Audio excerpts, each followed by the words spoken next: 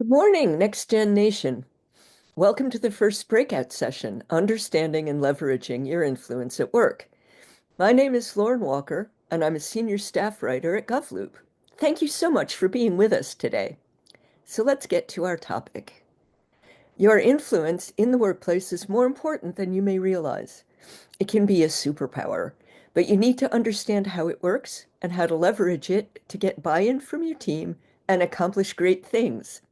Our speaker today will show you how to make the most of your unique influence style. But first, we have a few reminders that you'll be hearing throughout the day. We have some great additional resources available to you to download at the Resources tab at the bottom of your screen. If you need closed captioning, there's a Show Captions icon also along the bottom of your screen. We hope you won't have any technical difficulties, but if you do, send us a message using the Q&A tab, and my colleague Caitlin will get your question answered. In that same Q&A portal, you can also submit questions for our speaker. Drop them in at any time. And we have an open chat available to you today where you can interact with us and with other folks that are attending this session. Don't be shy. We want to hear from you. If you miss anything, don't worry. Tomorrow, we'll email you a link to the entire event sent directly to your inbox. Also, you can earn 1 CPE credit for your participation in this session. To get your credit, there are 3 things you need to do. 1, stay and participate for the entire session. 2, take all the polls. And 3, fill out the post-event CPE evaluation to obtain your credit. The polls will appear on your screen as a pop-up. They're multiple choice, so choose your response and click Submit to send in your answers. If you can find the CPE evaluation in the resource module on your console or at the Resource Center in the main environment. All CPEs will be emailed directly to you once we confirm that you've met all the requirements. So, with all that housekeeping out of the way, let me introduce you to our expert. Joining us is Erica Mattison, executive coach and certified career coach. She'll be sharing her insights and experiences with you all. So without further ado, Erica, the floor is yours.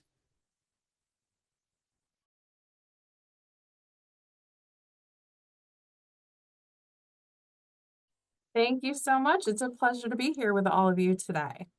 You're going to want to get a piece of paper or a document, something to take notes with, and this is going to be highly interactive. So get ready to also chime in the chat so we can see what everyone has to share. All right, so let's dig in, understand and leverage your influence at work. Here's what we'll be covering together today. We'll be starting off with a grounding reflection. Then we'll be moving on to 3 elements of influence. These are your purpose, your attributes, your opportunities. I'll be going into each of these in depth, and as I mentioned, this will be highly interactive. Then we'll be talking about your next step, your questions, and your key takeaways.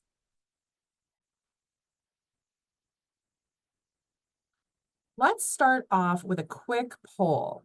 The question here is, how confident do you feel about your ability to leverage your influence? All the way from not confident to extremely confident.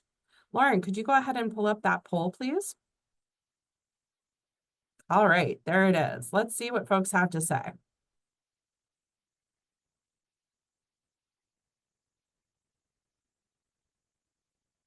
And if you're feeling like you're not confident, it's okay because you've come to the right place. And the whole purpose of our time together today is to help you increase your confidence. So just be honest with yourself and let's see what people's responses are.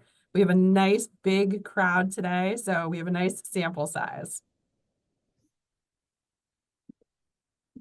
And we will be leaving this up for another 30 seconds or so to make sure you can get your answers in.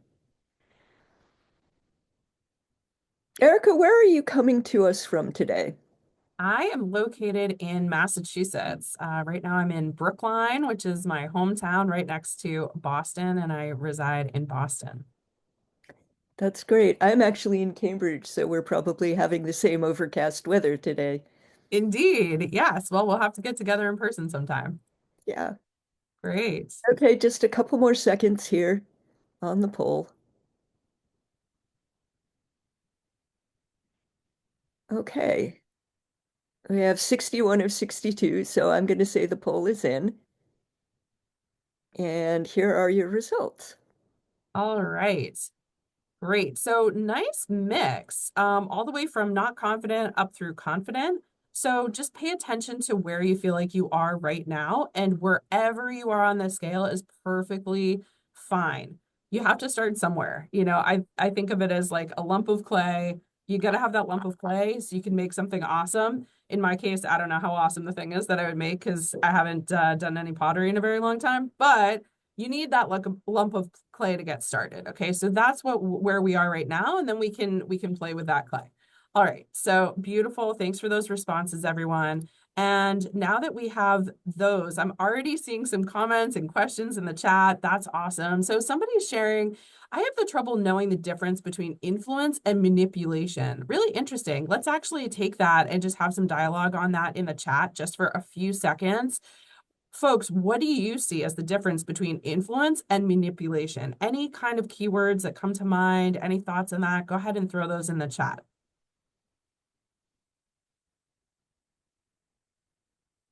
And I see we have some Boston area alums in the house. So welcome, and welcome to folks wherever you're joining from, and if you have Massachusetts ties or not.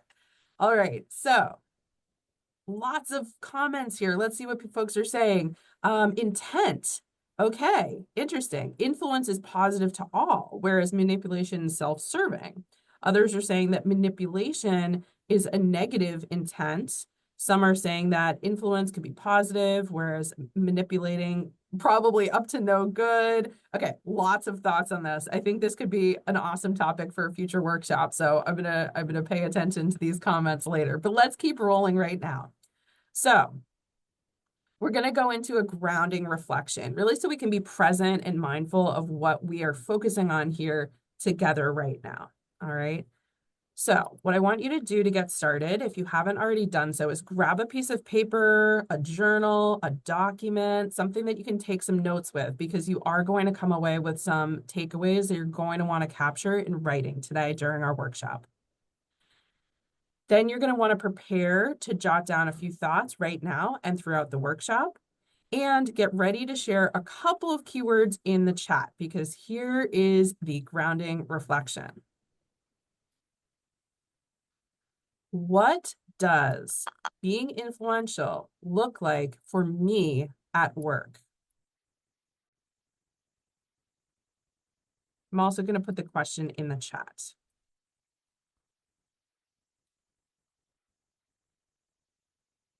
All right, there's that question. And in a moment, we're going to move on to your influence blueprint. But just go ahead and jot down any thoughts that come up for you in terms of that question. What does being influential look like for me at work? And then please go ahead and share a couple of keywords in the chat so we can start to get a sense of what's coming up for folks. The responses are starting to flow in. We have respect. We have motivating others without trying to force them to action. Opinions valued. Helping others better themselves, partnership, negotiate. So what I'm noticing is that we have a lot of different answers. And that's to be expected, because you all have your own lived experiences. You have your own backgrounds. You have your own cultures. You have your own skills and perspectives and personalities. And so it is understandable that we are going to have this diversity of opinions and perspectives. And it's beautiful to see this range of responses. So thank you for sharing those reflections. And now we're going to move into what I'm going to call our influence blueprint that you're going to come away with from today. I'm also going to share with you a document later on that's going to help you continue with the influence blueprint and do some next steps. So stay tuned for that QR code that will be coming up toward the end of the workshop. But first, let's find out what these elements are. As I mentioned in the agenda, these are your purpose, your attributes, and your opportunities. This is what we'll be exploring together today. So you have your document. That's going to be the start of your blueprint. And this is how we're going to set up the document. You don't have to set it all up right now, but I wanted to give you a preview so you know what to expect, right? When we provide people with a sense of direction, they can usually relax and feel more present in the moment, not worried about where are we going? What are we doing? What's coming next? All right. So that's why I'm being transparent with you about how you're going to set up this document. All right. So purpose, obstacles, attributes, we're going to break that down into required and bonus. Then we're going to talk about opportunities and finally your next step. All right. So I'm going to guide you through every single step of this process during the workshop. The purpose of your influence blueprint is to help you clarify how you lead, connect, and make an impact. First, your purpose. We'll go into each of these in depth, but again, I'm going to preview the questions for you.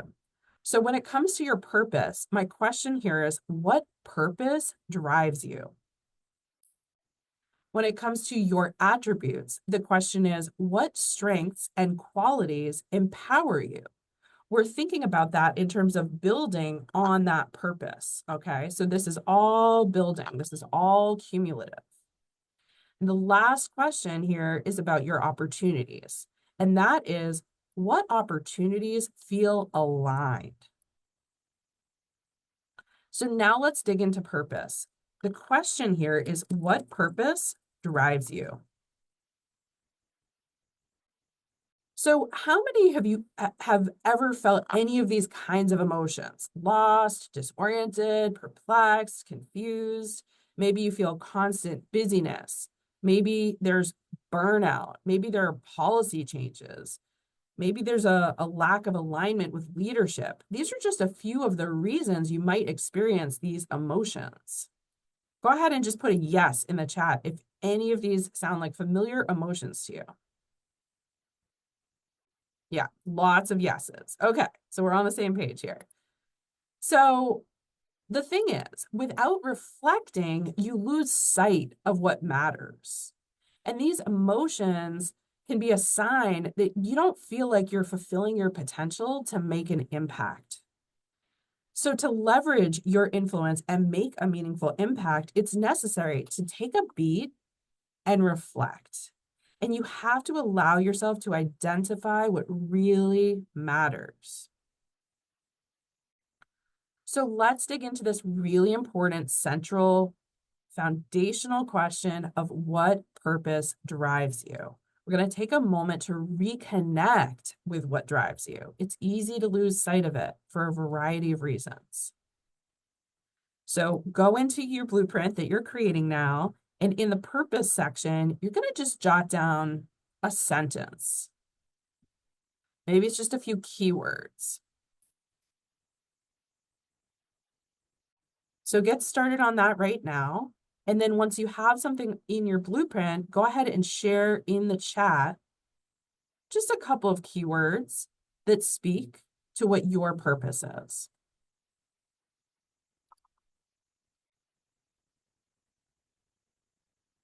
I'm going to give you a quick example here.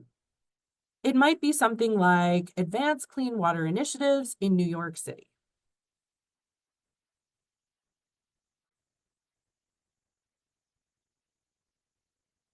All right, the responses are starting to roll in. I want to see dozens of responses in the chat within the next 30 seconds.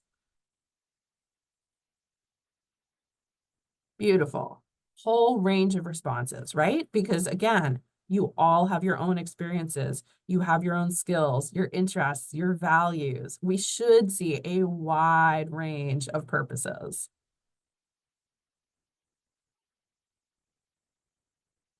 Beautiful. All right. So now that we have those, and there's such a range here, everything from, public service, being accountable to citizens, not the system, to being a good steward of taxpayer money, to increasing efficiency, and literacy and education for my community, helping others be their best, assisting my agency to be the best it can be. Beautiful. Keep them coming. Keep them coming. Okay. So we have a bunch of beautiful purposes here.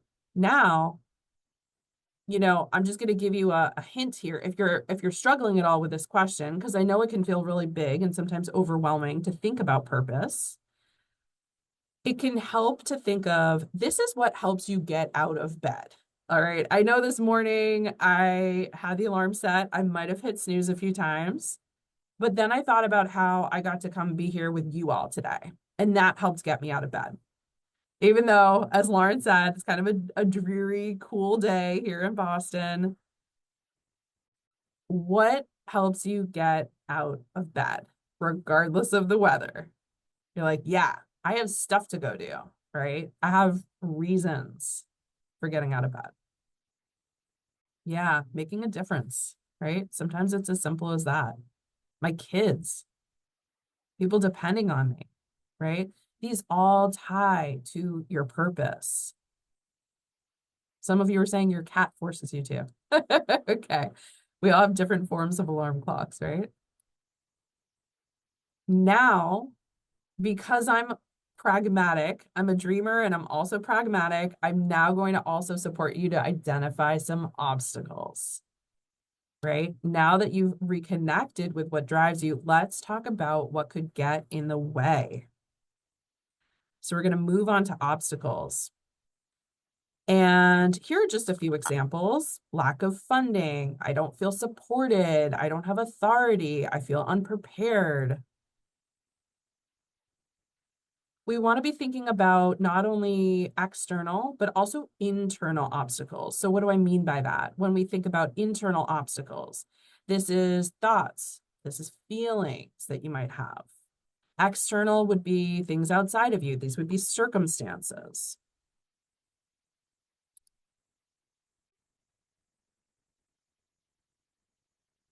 So go ahead and jot down obstacles, just a couple, both internal and external. These are things that could get in the way of you living out that purpose. It's really important that we name them and we get as specific as possible. So thank you to everybody who's sharing in the chat already. Let's get dozens of responses in there in the next 30 seconds.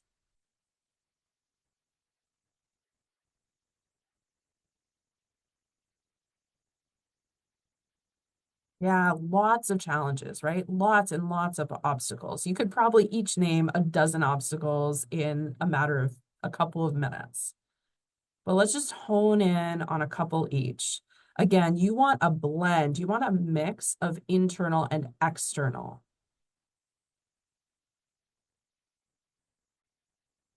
Some of you are naming that you tend to avoid certain things. Some of you are naming some fears. Some of you are naming burnout. Some of you are naming political situations, lack of training opportunities, lots of different obstacles. Now, it's important to name these, but it's also important not to just stop there. All right. So fortunately, the workshop is not over yet. So make sure you have those obstacles captured. And now I want to move on to talking about your attributes. These are the strengths and qualities that empower you. These are the things, the resources, they're going to help you get past these obstacles. They're going to help you have that influence and that impact that you so desire. So we're going to shift to focusing on what you can tap into to advance your purpose to overcome those obstacles that you've just named.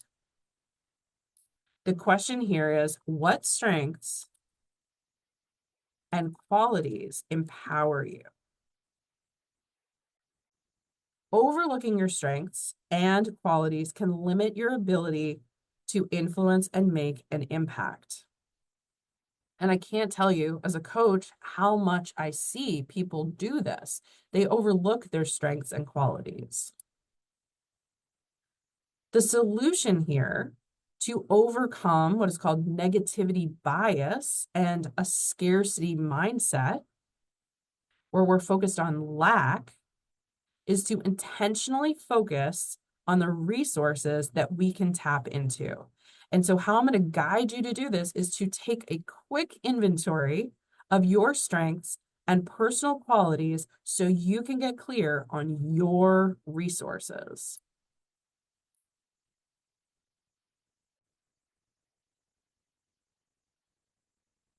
Here are some examples: problem solving, collaborative.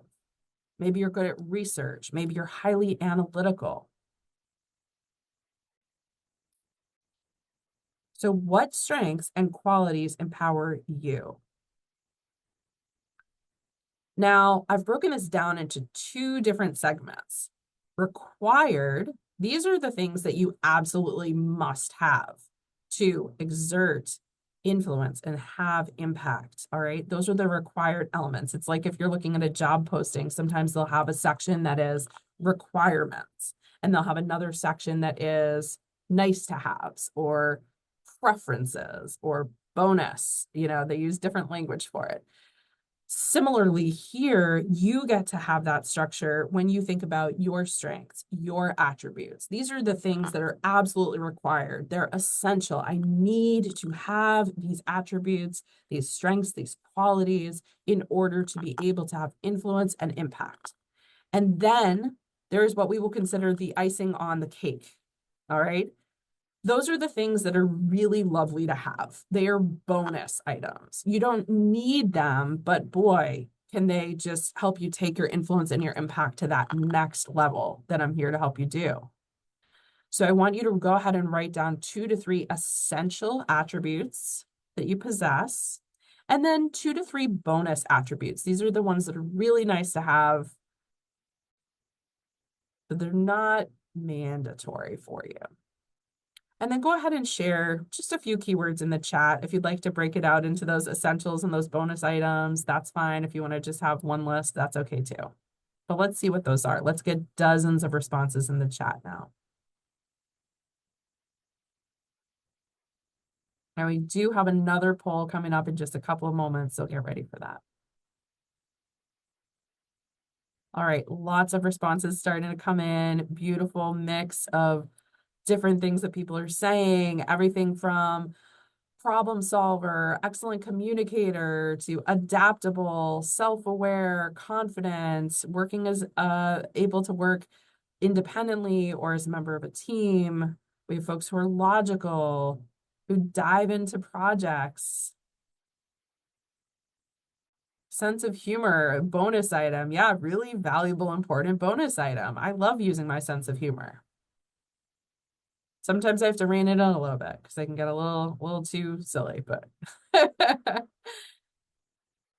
all right, creative, comic relief guy for the organization. Yeah, there's that humor again, right? Understanding finance, tenacious, a listener, empathetic, approachable, observant. Beautiful. All right, keep them coming.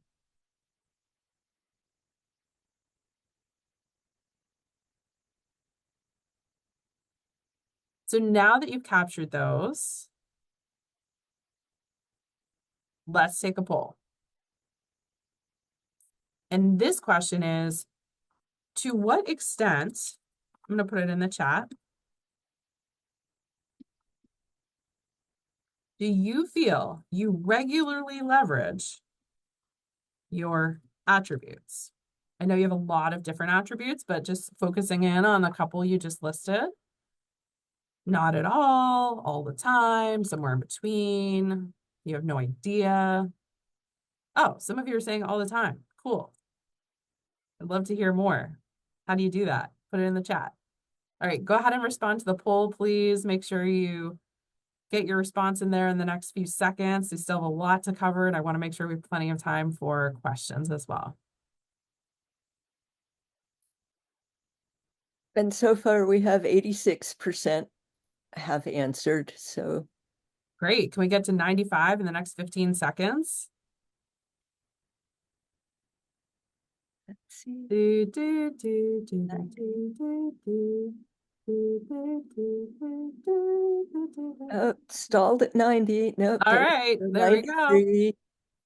Come on, 95. Come Let's do on. this. Yes. Couple more people. All right, I'm really curious to see what the responses are. Okay. Let's share that. Okay. Drum roll. Share results. Okay, here we go. Seeing a bell curve, lots of people saying somewhat, and good number saying all the time. A couple people saying not at all, and a couple people saying unsure. All right, interesting.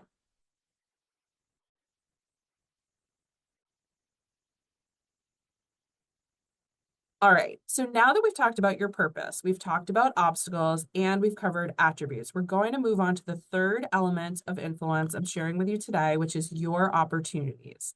The question here is, what opportunities feel aligned?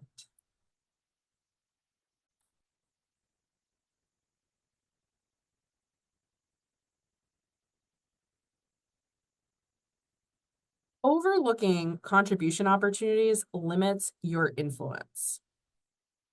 Just as we have a tendency to focus on obstacles, it's natural to overlook opportunities to contribute our attributes, but this results in limited influence. So what do we do about it? Well, it's essential to identify opportunities that align with your purpose and attributes. Here are some examples of opportunities. It might be deepening relationships. It might be upskilling, developing your brand using tools like LinkedIn.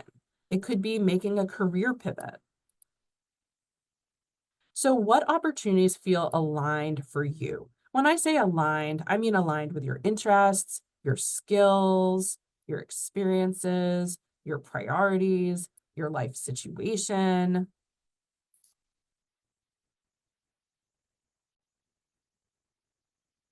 So write down 2 to 3 opportunities. The more specific, the better. But if you're starting from a kind of broad general place, that's okay too. And then please go ahead and share 3 to 5 keywords in the chat that express these opportunities. Here are some examples of opportunities. Maybe it's DEP clean water projects or climate resiliency planning or watershed management groups.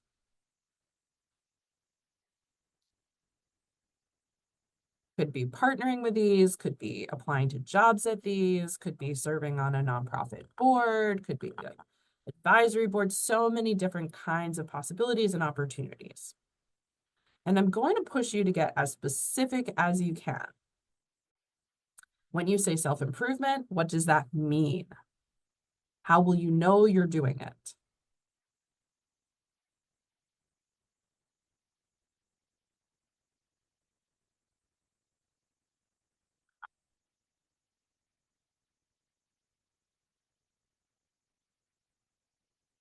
All right, so we're seeing technical training. I would encourage you to get even more specific with that. Technical training in what areas? What kinds of skills do you want to build? How might you want to use that technical training? Got to get the lights back on. Maybe. Or maybe we'll just do the workshop in the dark. We'll see.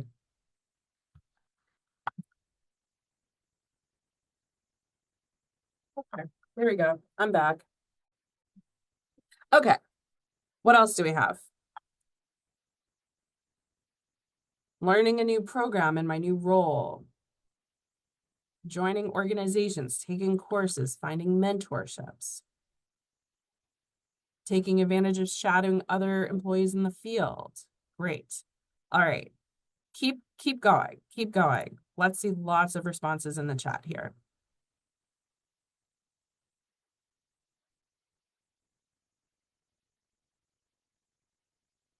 Okay, great. Keep them coming. So now we're going to start to bring this all together. Now that you've reflected on your purpose, your attributes, even obstacles, and your opportunities, it's time to identify one next step that you're committing to yourself to take. And again, being specific here is going to serve you really well. So what I'd like you to do is write down one concrete next step and select a target date, and then go ahead and share in the chat.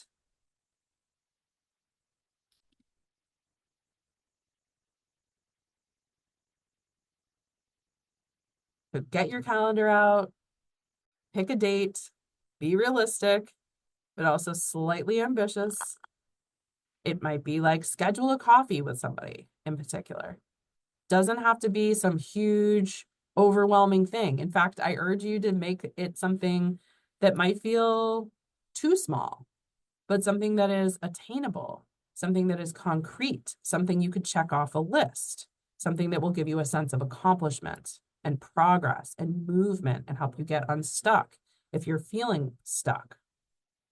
All right, I'm seeing dates. I'm getting excited. All right, do this by such and such date. Yes, sit peacefully for 1 minute. That can be so incredibly powerful. Sometimes pausing and sort of doing nothing can be the best thing to do. I just heard some people the other day screaming at each other. These are people who presumably care for each other, and they were just absolutely screaming. And I thought to myself, I wonder what would happen if they both just paused and just took some breaths, just kind of let things like sit for a moment. I wonder what might happen. So yeah, sitting peacefully for 1 minute, that can be incredibly powerful. Taking a few deep breaths, grounding yourself, centering yourself, getting some water. Maybe it's taking a walk.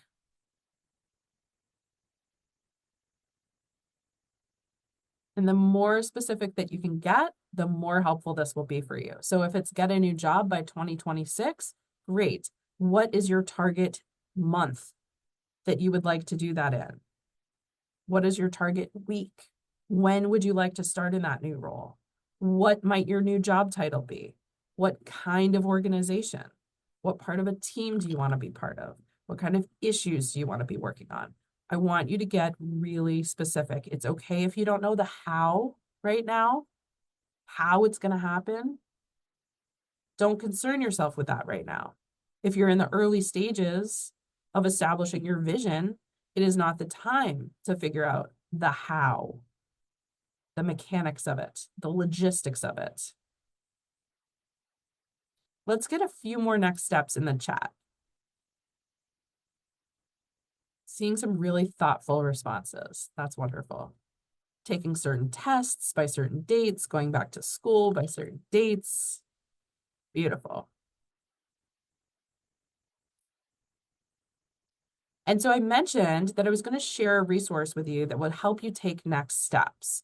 And so this is the Influence Blueprint Next Steps document that you can access online, ericamattison.com/influence-blueprint. Put the link in the chat.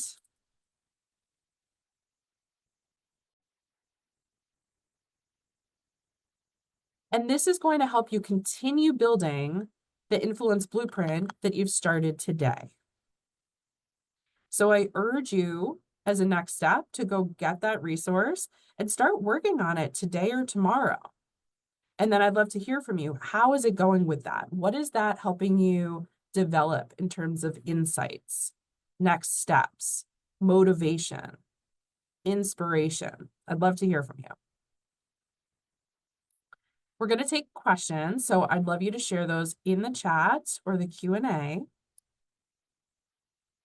And then also we're going to, start thinking about what those questions are and getting those in.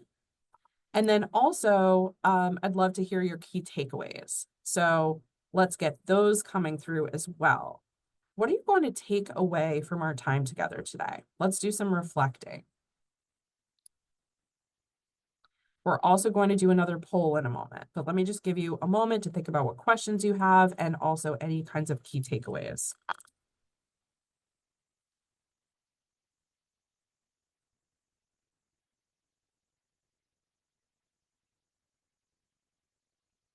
Lauren, any questions coming in so far? I'm not seeing them, but but I have one, which is when we come back to this in our everyday lives, how often should we go through this process? Mm. How often do you think it would be helpful? I can see really like revisiting it every 6 months, but Okay, twice a year. Yeah, what do others think about how this kind of framework could be helpful to you to revisit, to repeat this? How often might it be helpful to do this? Just kind of sit, go back to your influence blueprint, rework it, answer the questions again, make some revisions maybe. Okay, people are someone who saying said with, with yeah, every new goal, I think that's good. right, with every new goal. Okay, yes, it could be used with every new goal. What else? Others are saying once a quarter and then create a year-long strategy. Absolutely. Yeah. Great. Any other kinds of questions? And then I'm starting to see some key takeaways as well. All right. So let's get those key takeaways in, and maybe some questions will be generated from those key takeaways. I think it's so important that people realize that they have attributes in which they can be confident. I mean, when I was younger, I used to feel like sad because I wasn't confident enough, but that works to undermine it. And I think looking at your attributes, because everyone has things they do well, and it's important not to let that go unnoticed. Absolutely. You know, that makes me think of how when I'm working with clients to support them and thinking about their networks, oftentimes people will start from a place of lack, scarcity, deficit, right? What's missing. And they'll say things like, well, I really don't have many connections on LinkedIn, or I really have a small network, or I've lost touch with so many people. You know, I really just haven't been keeping up my relationships. And I'll say that's okay. Like, it's important to acknowledge that that's how you're feeling. And let's use what we call a strengths-based approach to think about your network.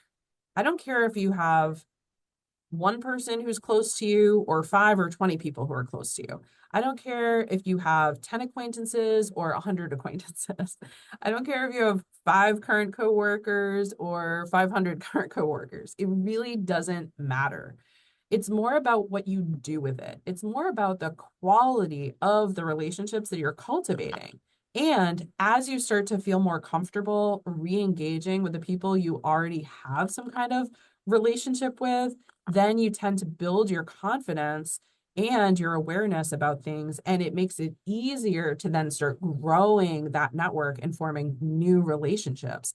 In fact, often aided by those existing relationships. And that's where we get into second and third and fourth degree connections. But it really starts with that inner circle, that small group of people who you choose to focus on really reconnecting with and reinvesting in connecting with. And from there, it can blossom and it can really ripple out. So it's the same idea, this strengths-based approach. We have a really good question here from someone who wanted to remain anonymous. How do I use my influence for those individuals who are in higher positions that don't want to change anything and don't want to move the organization forward? Sure. Yeah, that's a real challenge that so many people are facing today, and I would argue at many other times as well. So I'm curious what other participants think about that. Go ahead and share your thoughts in the chat because collectively here we have thousands of years of experience in the room. So let's tap into it. Let's tap into our collective wisdom to support this colleague in thinking this through. I have some thoughts as well. So the question is, how do I influence higher ups when they don't want the organization to advance? Okay, that's the question. So one person is saying, find out why that person doesn't want to change. I would offer a slight reframe on that because we don't want the person to get defensive. So as opposed to why don't you want things to change, which can be kind of the way that we think about it sometimes, especially if we're somebody who's always wanting to improve things or, serve people. Yeah, it's this question that's coming up in the chat, which is like, what is that person's motivation, right?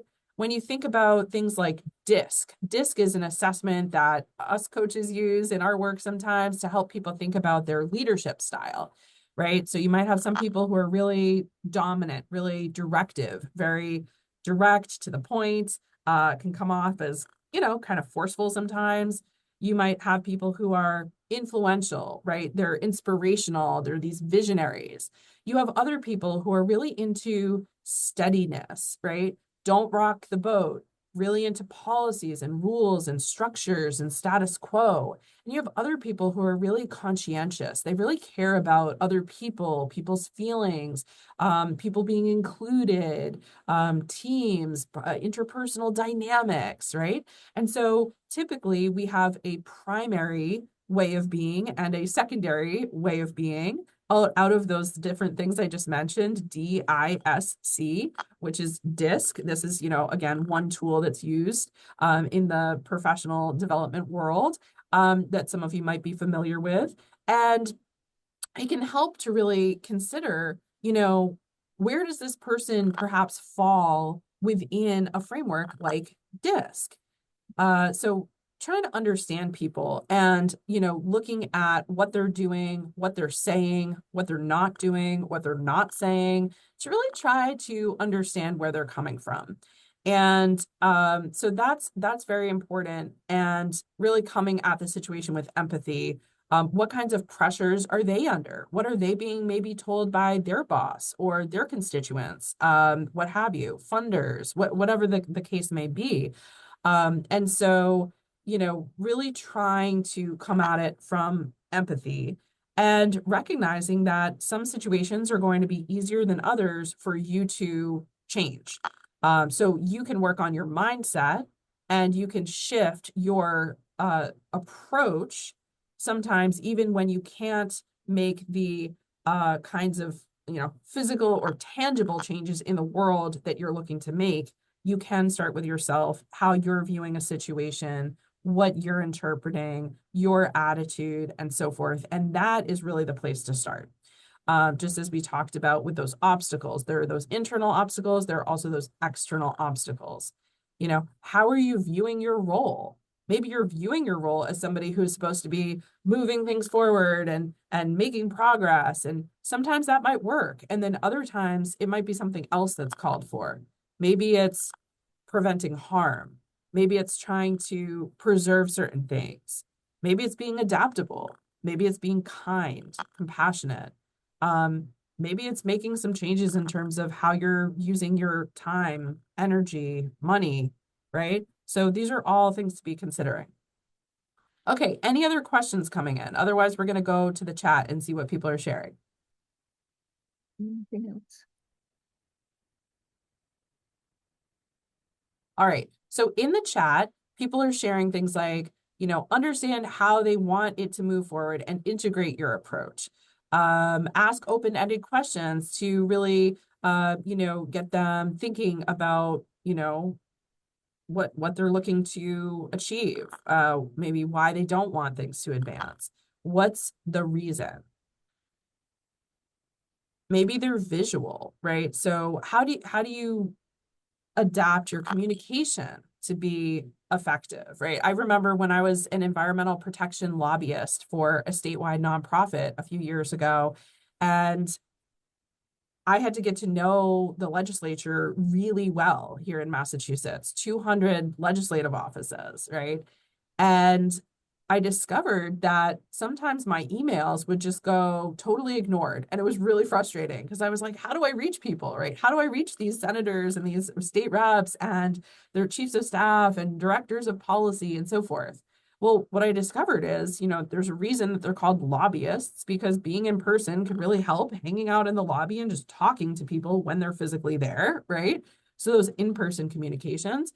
I also discovered there were some legislators I really needed to go to their office, or I really needed to set up a meeting, or I needed to bring a constituent, or they really liked one pagers, as long as the margins were big and the text was big and there were some visuals on there. As one of my mentors, a longtime state rep, taught me, she said, there's too much text on here. She told me about one of my one pagers.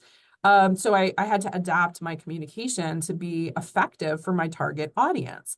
I discovered that some legislators would give me their cell phone and I could text message them questions or what have you. Sometimes I would even be sending them questions that I suggested they ask in hearings. And that was a way to reach people, in really time sensitive situations. Now, everybody wasn't going to do that and be that close to me, right? Or that available, that accessible, but some of them were. So the point being, it's really important to figure out how to communicate with people.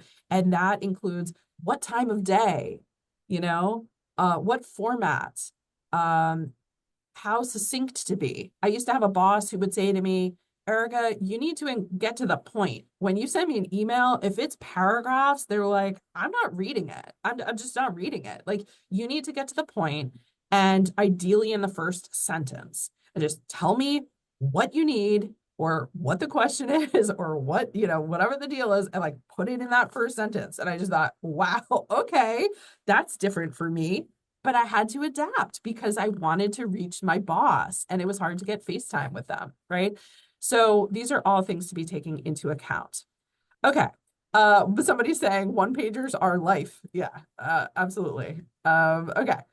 So there are some questions coming up in the chat, some other comments and so forth. I see we just have a few minutes left. Lots of great suggestions coming in the chat here. Other recommendations that people have is, can you find a middle ground?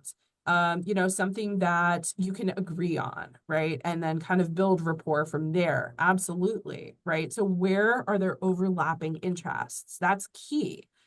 I used to be doing sustainability work in higher education. I was creating and leading sustainability programs. So we were working to improve the environmental practices of the university.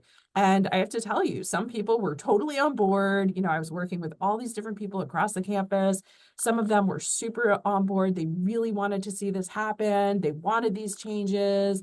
I really didn't need to explain to them why it was valuable.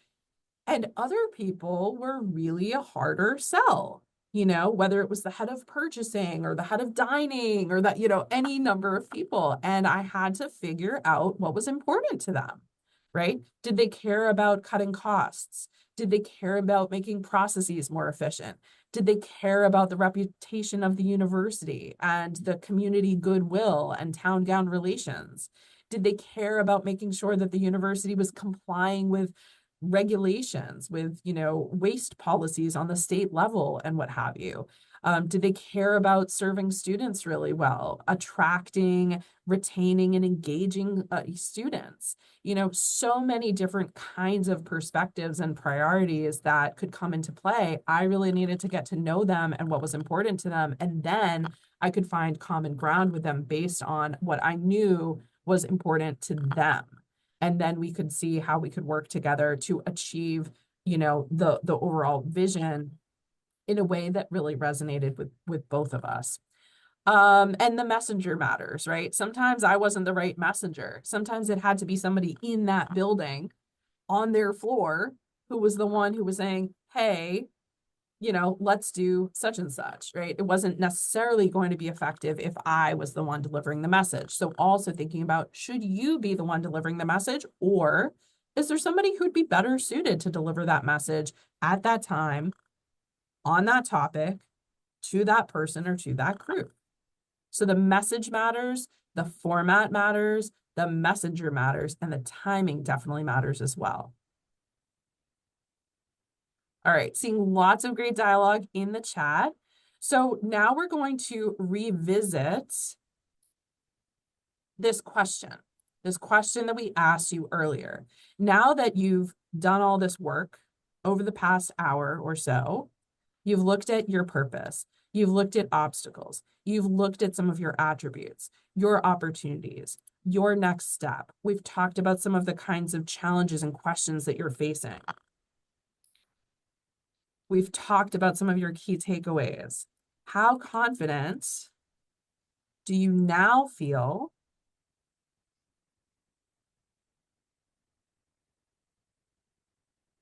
about your ability to leverage your influence?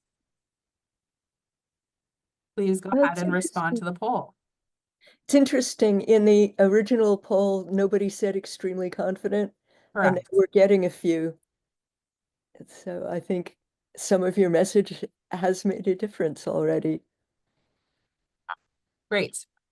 All right, let's see those answers. Let's get dozens and dozens of responses in there. Let's see if we can hit that 95% mark. Yep. I was thinking as you were talking about the sort of elements of managing up, that one of the things that really came out in all of your examples was finding a way to be aligned with that person. It's almost a matter of gaining their trust by finding, a work style, a communication style, an issue to find that common ground so that they can begin to hear you.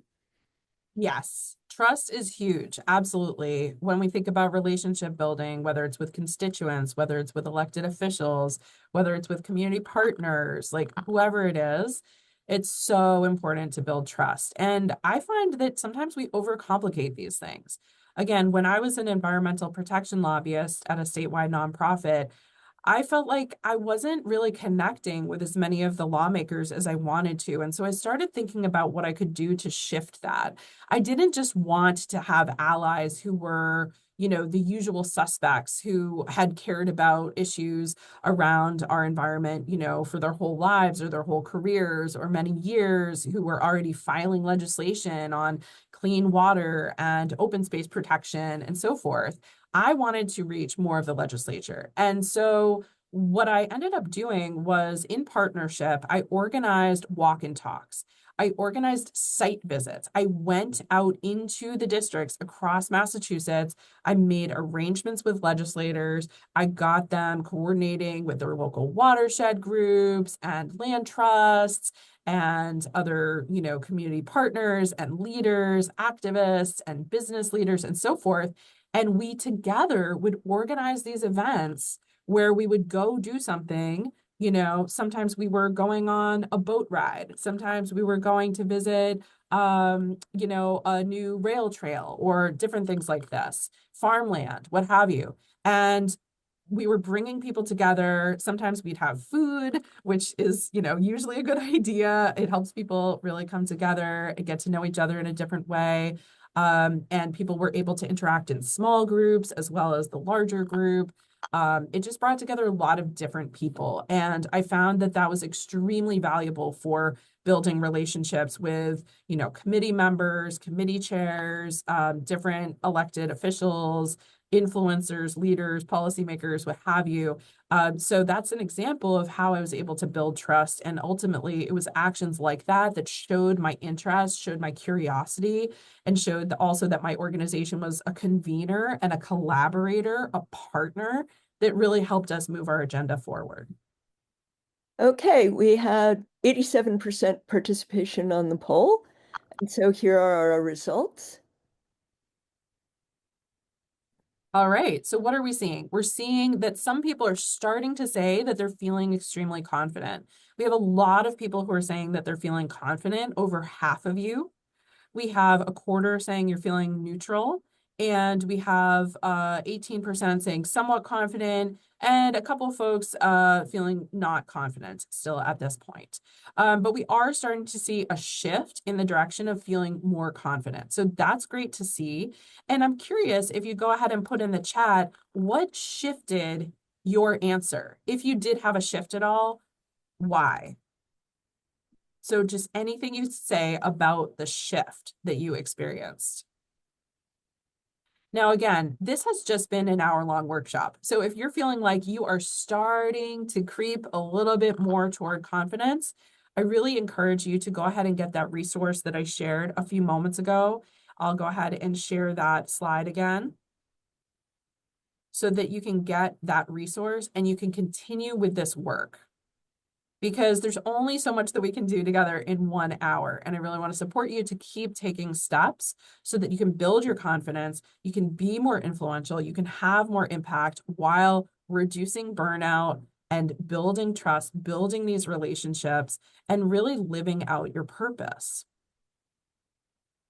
So some of the kinds of things that folks are saying in the chat, You feel like you have better self-awareness now. That's awesome. You feel like going through the blueprint process really made you think a lot more about it. Truly thinking about my attributes and how to apply them. Others of you are saying breaking it down into chunks, purpose, obstacles, attributes, opportunities, next step, etc. Never give up. Yes, that's an important reminder. Seeing opportunities to grow and build confidence. One of you shares, my response shifted. It was helpful to think through my strengths, put it down in writing, and focus on the strengths I personally bring. It's so easy to compare yourself to others and focus on the things you lack. Yes, absolutely. We have a negativity bias. It is natural for us to just look at the downsides, look at what we don't have.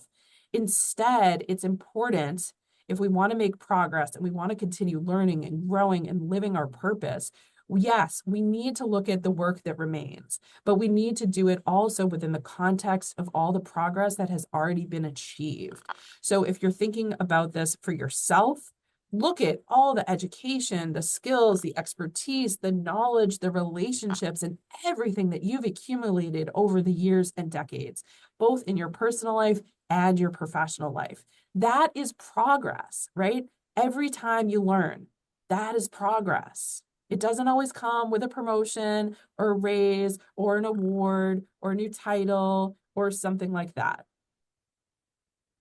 Sometimes it's less obvious. Sometimes it's less tangible. That doesn't mean it doesn't exist. That doesn't mean it's not significant or meaningful or important. So we Oh, have to yeah. pause, we have to reflect, we have to notice these things. And then, yes, keep in mind there is still work to be done, and use the progress that's already happened as motivation to keep going. I love this last comment, and then we're going to have to start winding down. Even if I influenced no one, as long as I influence myself, I am happy. Isn't I think that's a great attitude. Yes, there's a phrase that is you are either winning or you are learning. I love that phrase because either way, it's like it's good. So here's what we covered together today, folks. We did a reflection. We started with that grounding reflection. I covered these 3 elements of influence: your purpose, your attributes, your opportunities. We talked about your next step, talked about some tricky questions that you're facing, and we talked about key takeaways. I'm going to share my contact information with you. I'd love to hear from you. Anything that resonated with you today, anything that you're going to be taking forward with you, questions that are coming up for you, please feel free to reach out, visit my website, connect on LinkedIn. I'd really like to keep the dialogue going. And Oh, that was wonderful. thank you so much, and let's go. Unfortunately, that's all the time we have for the session.